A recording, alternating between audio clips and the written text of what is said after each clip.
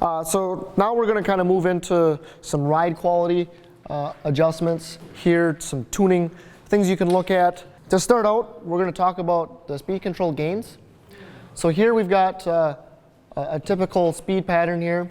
We've got basically two sets of gains. We've got the acceleration and constant speed gains, and then we actually have decel gains as well. So depending upon where you're having issues in your profile is going to dictate which gain setting you're going to change. So the acceleration ones are active during XL, but also during constant speed, and then the decel is just during decel. So the first gain is going to be the proportional gain, the KP. This is going to be responsible for general stability, general control over the whole profile. So if you're having some issues with overshoot, or if your control just seems loose, the proportional gain is the first place you would look at. Default setting for this is going to be 3000. That works for probably 80% of the applications. However, some other ones do require a little bit of additional tuning. We've got a KP gain for the XL, the decel, but also for the PreTorque. So again, when you're doing these ride quality adjustments, it's easier to focus on one portion of the profile at a time rather than trying to tune everything at the same time. Because our gain values are split up, just focus on one area at a time. So here's some examples of what too high or too low of a KP speed gain would look like. So here the value is too low. You can see here we're not tracking our XL at all. Even in contract speed here, we're going below, we're going above. A very loose control. Might have like an oscillation feeling to it. Here we're tracking okay here, but here we've got some overshoot rolling over into contract speed. And then actually we go back under contract speed here. So again, too low. Here's an example of what too high of a KP gain would be. That might reflect itself as a vibration.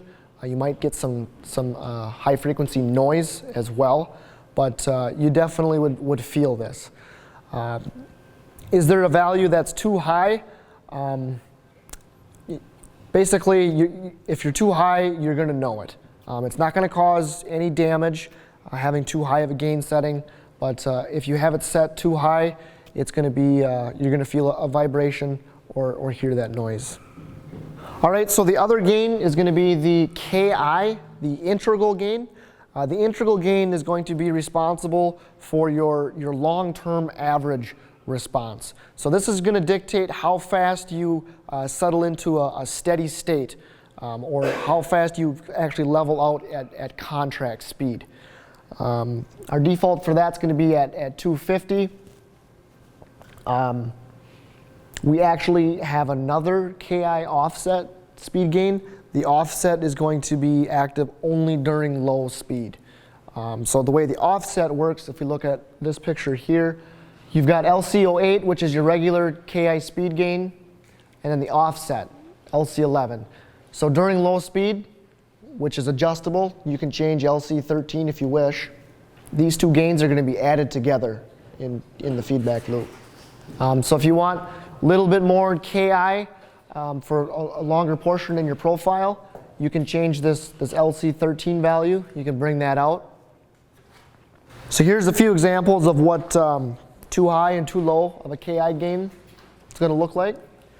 If the value is too low, you're not actually going to reach contract speed. As you can see, we never actually make it here. We lag the XL portion of the profile. If it's too high, you might kind of get this bouncing sensation all over the place here. As well as right here, as you can see, we track fine here, but we have a lot of ringing, as it's called, into contract speed, so it takes a long time to finally settle in. This is how the offset kind of fits into the picture. Again, it's only during low speeds. So here's an example of what it looks like if it's too low. As you can see, we lag the speed command, and then as soon as it kind of overcomes that initial starting friction, boom, we go above the the command speed here. You would feel this as a bump in the car. Too high, if you look at the bottom, it's got this like a bunching or a vibration. Again, you're gonna feel that in the car. You might hear it as well. And then obviously, if it's set correctly, it should track relatively close. A few other notes on the speed control gains. These ranges are large. I mean, you're talking about in the thousands that these gain settings can be set to. When you're making these adjustments, you can make these adjustments in values of 500 to 1,000 at a time.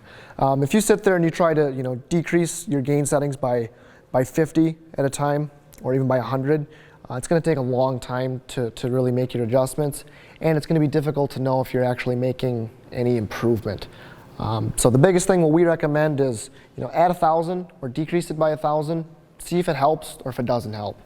If it doesn't help and you made that big of a change, it's more than likely that any more changes aren't going to have any effect on your ride quality.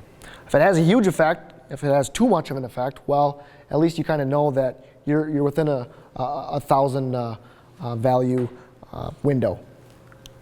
So again, feel free, cut them in half, add 1,000. That's fine. You're not going to cause any damage to the drive. So if you look on the other end of the profile at the decel side, this is what the too low of a KI gain would look like. You might actually kind of hop at the end of the run here. Might actually overshoot the floor. If it's too high, you might bounce coming into the floor. That's another common thing here. And then obviously if it's just right, it'll track very nicely. One thing I did want to touch on, this is a good slide to talk about it. Induction geared machines with high starting friction, everything's got to be run through the gearbox. So that's an area where there's going to be some friction in there, but then there also could be some additional friction in the hoistway, depending upon what kind of roller guides you're using, whether you're using the actual rollers or the shoes themselves. What we've seen that actually helps in this situation is using the inertia to overcome this. Where you're going to see it is it's going to be low speed, and the car capacities probably aren't going to be too large, but usually they're around 200, 250 foot per minute. And yeah, they're induction geared machines. So what we recommend doing is doing the inertia learn and going through that procedure.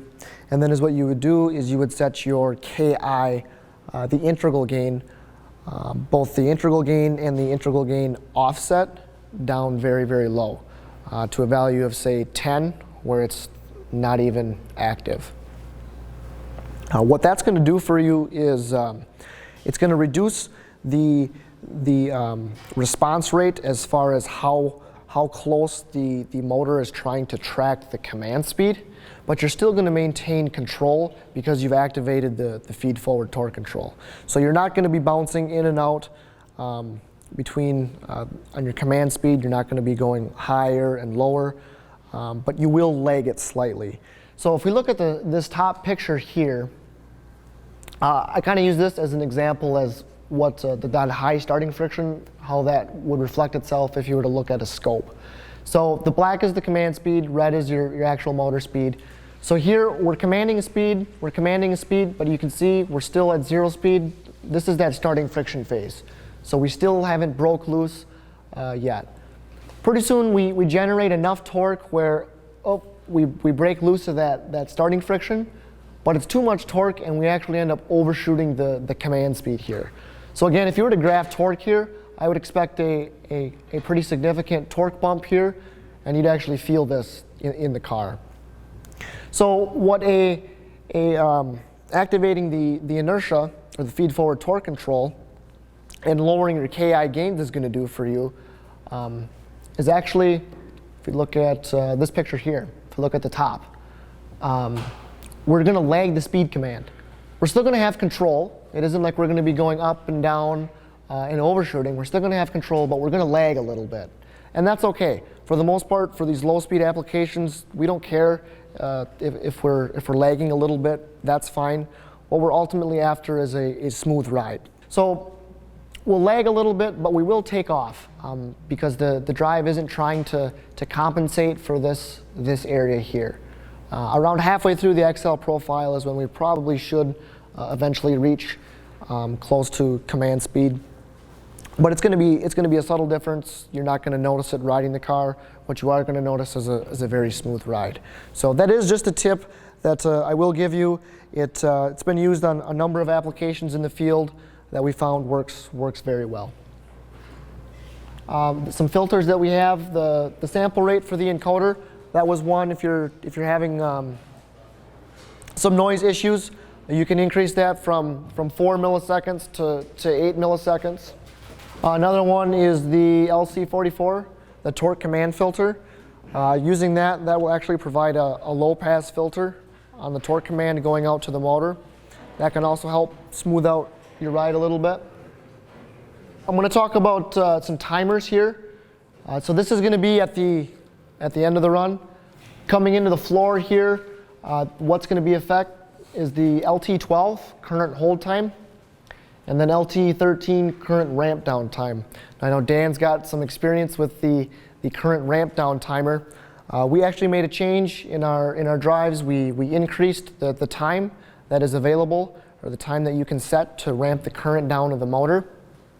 What we saw was that in some motors, it seemed to be on the larger ones where the holding current that was required, and then the time that it took to ramp that holding current down to 0 was too short, and basically it would be reflected as a kind of a bump. You would feel a bump, and you could actually hear it as well in the car as a kind of a thunk. I kind of compare it to if you've got holding current going to your motor, and if you open the contactor when you still have current going out, you definitely hear that big clunk at the end. If your current hold timer was set too low, it had a similar effect. So we actually increased that range. Now it's up to 2.55 seconds, and that seems to work really well to increase that ramp down time. All right, PreTorque, rollback. One thing I will say with the new keypad, the PreTorque is always active. So if you've got experience adjusting the older keypad, you actually had to turn the PreTorque on, and there were some timer parameters you had to play with. You had to do some brake adjustments as well. Quite honestly, it was difficult, and to really do a good job of it, it required our scoping software, ComniViz. And once you would get it dialed in, if you changed anything on the brake side, all those timer parameters that you spent all day adjusting were no good anymore. So we took some lessons learned from that adjustment, and we tried to simplify it. And we basically just said that the PreTorque is always going to be active no matter what. And all you're going to do if you want to increase the PreTorque is you're just going to increase the PreTorque gain. If you got rollback and you want to try to eliminate it, you'll just crank up the KI gain to a point where you eliminate your rollback. So for the most part, that really worked well. Makes setup much simpler. We do have a few other options if you're using load weighers, and a load weighter is being used to send a torque value to the controller, and then from the controller to the drive. You can set that in the drive as well. And then we also have another option. It's called synthetic PreTorque. Now it's very similar to just running the drive in closed loop FOC where the PreTorque is always active.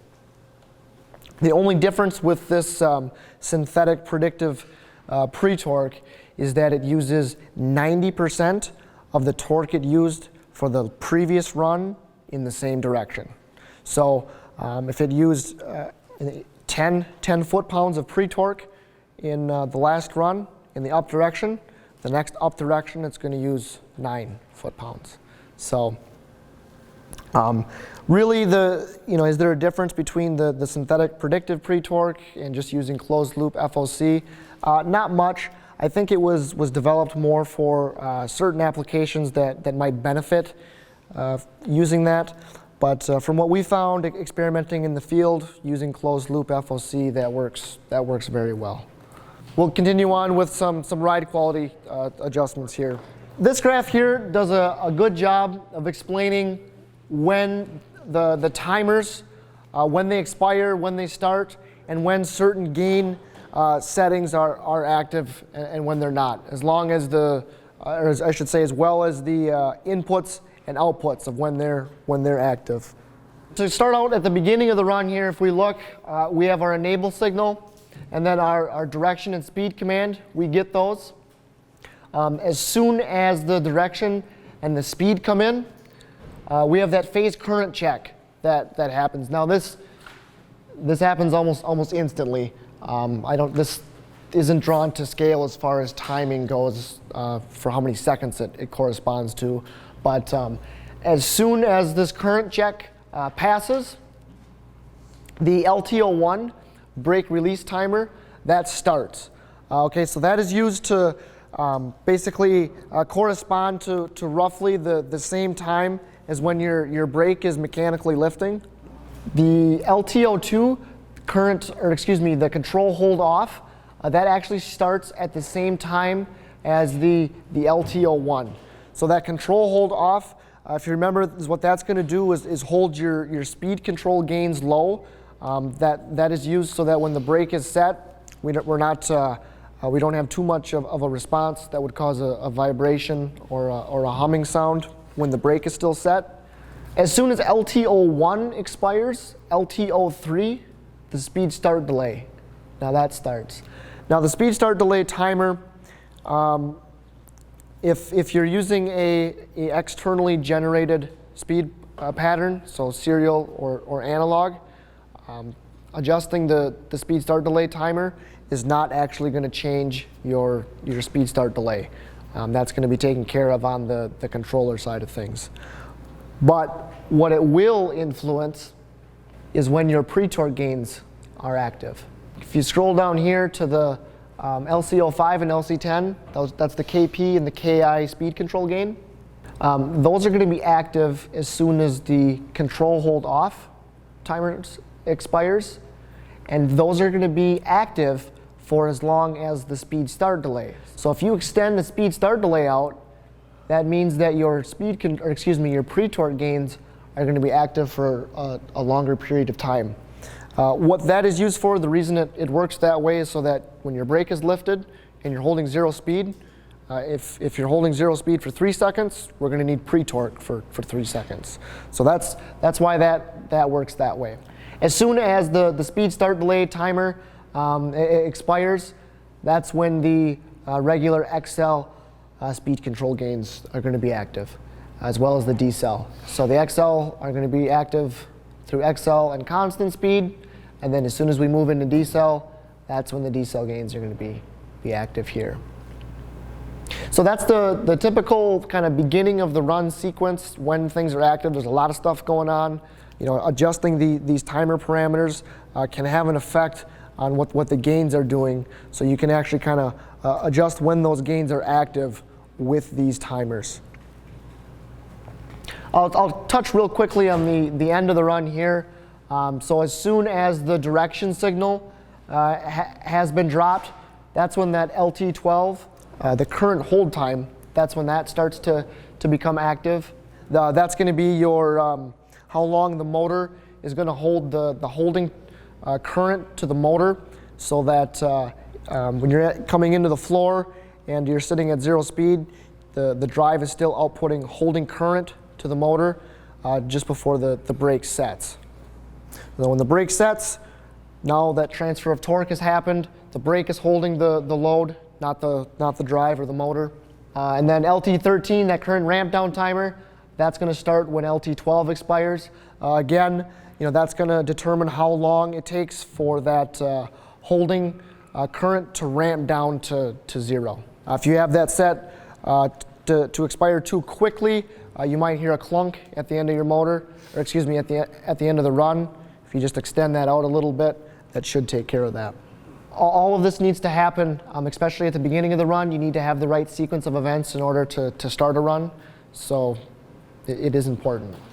All right, so here's a graph that kind of illustrates what's going on during rollback here. Obviously, with rollback, you're going to be able to tell. You pick the brake, and you can actually see your sheave rotate.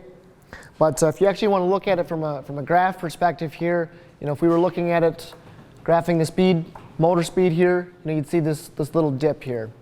So this is something that we want to eliminate. If we go down to the bottom here, is what this is going to show is the different gains and where they're active. So the enable and the direction are active here. Right here is when our brake releases. So right here is where we want that pre-torque. So as you can see, we go from a lower torque all the way up to here. So this amount of torque here, that helps eliminate that rollback that we saw earlier. A few notes on the synthetic, the pre-torque adjustments. The LTO2, that control hold off timer, we don't want to set that greater than the time it takes your brake to actually open. If you do have that set longer, is what will happen is your brake will open and you won't have any control of your motor. And you could potentially roll back or take off in a direction until those speed control gains become active. So the overspeed tests, we kind of touched on this earlier. The big thing, like what David was saying before, is following the procedure that's been given to you. Some of the procedures, it's going to vary by state, but some of them use the drive for the overspeed test, some of them don't. So again, just follow the procedure. So that kind of goes through some ride quality adjustments.